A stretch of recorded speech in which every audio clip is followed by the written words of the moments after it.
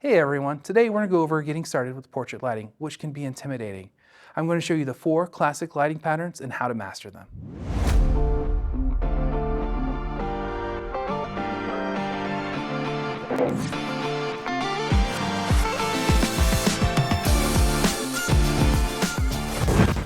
So when you're taking a portrait, the first thing you need to decide is whether you want to use broad lighting or short lighting. Let's talk about the differences really quick. So if you're doing broad lighting, think of like old paintings. Most old paintings are done with broad lighting. Modern day though, we do short lighting. Short lighting is flattering for everyone.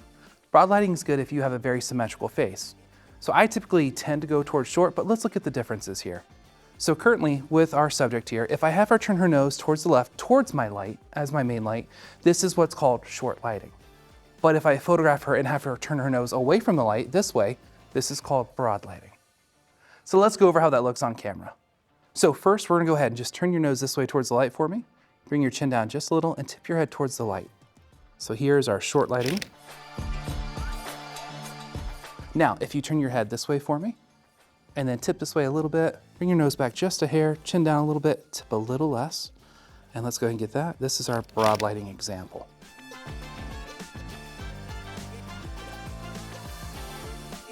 So now let's talk about quality of light.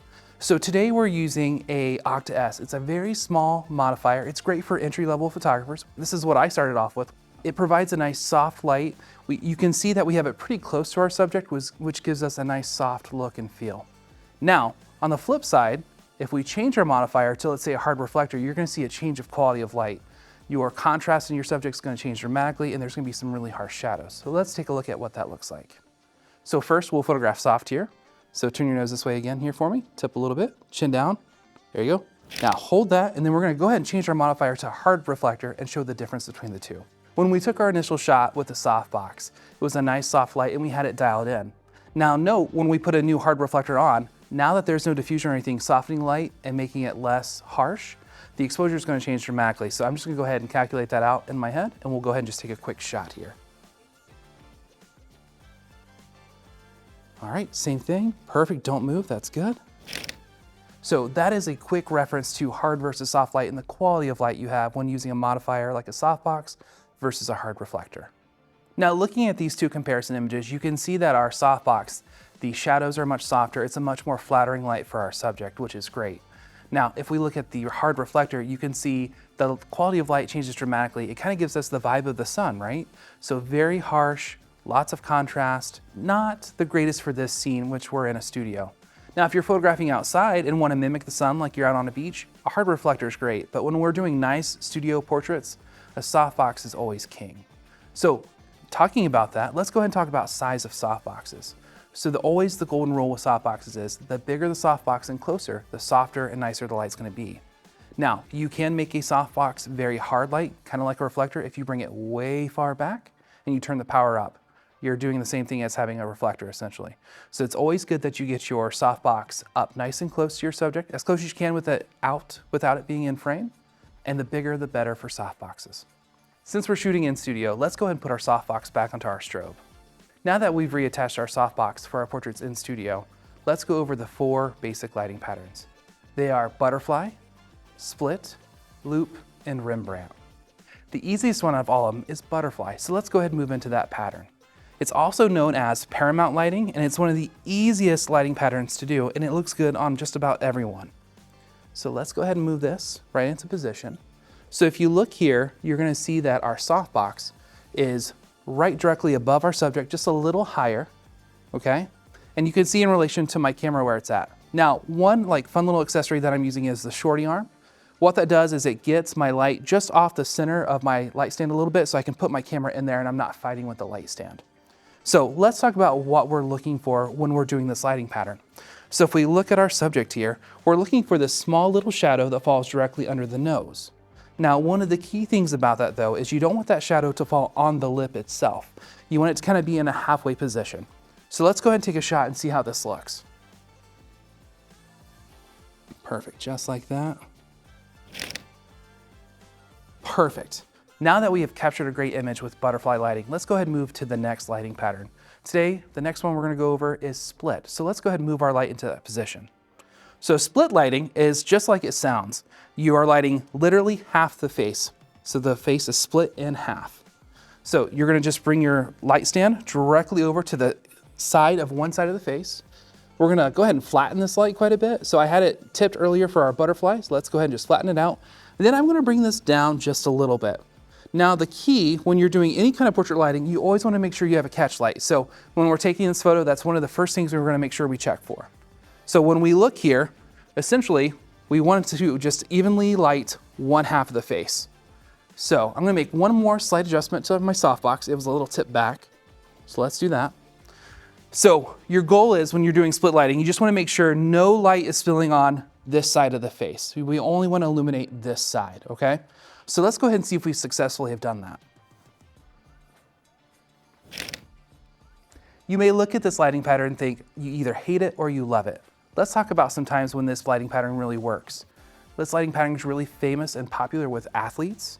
Think of like Sports Illustrated or even Hollywood. Think of like the last Batman movie you saw. These are like kind of examples where split lighting works really, really great.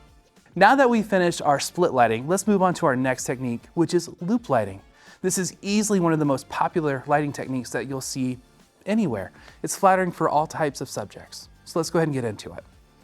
So we're easily just gonna move our light over, and it'll be at a 45-degree angle to our subject. Now, the one thing you wanna watch for this, there's actually two, is we wanna make sure we have our catch light, and your catch light should always be at 10 and 2. So let's make sure we have it in there. We successfully have our 10 o'clock or 2 o'clock. Now, the next thing we're gonna check is the shadow. Now, with loop lighting, it's just like it sounds, it's a loop. So essentially, our light is casting a shadow on this side of the face, which makes a little loop over here. We're gonna take an image of that and see how it looks. Loop lighting was super easy to accomplish, right? We were at that 45-degree angle, and we have that slight little shadow to the right side of the nose there. And again, this looks good and it's flattering on everyone. Now that we've finished loop lighting, let's move into our last and hardest lighting pattern to achieve, which is Rembrandt. Rembrandt was a famous Dutch painter, and this is where we get this classic style from.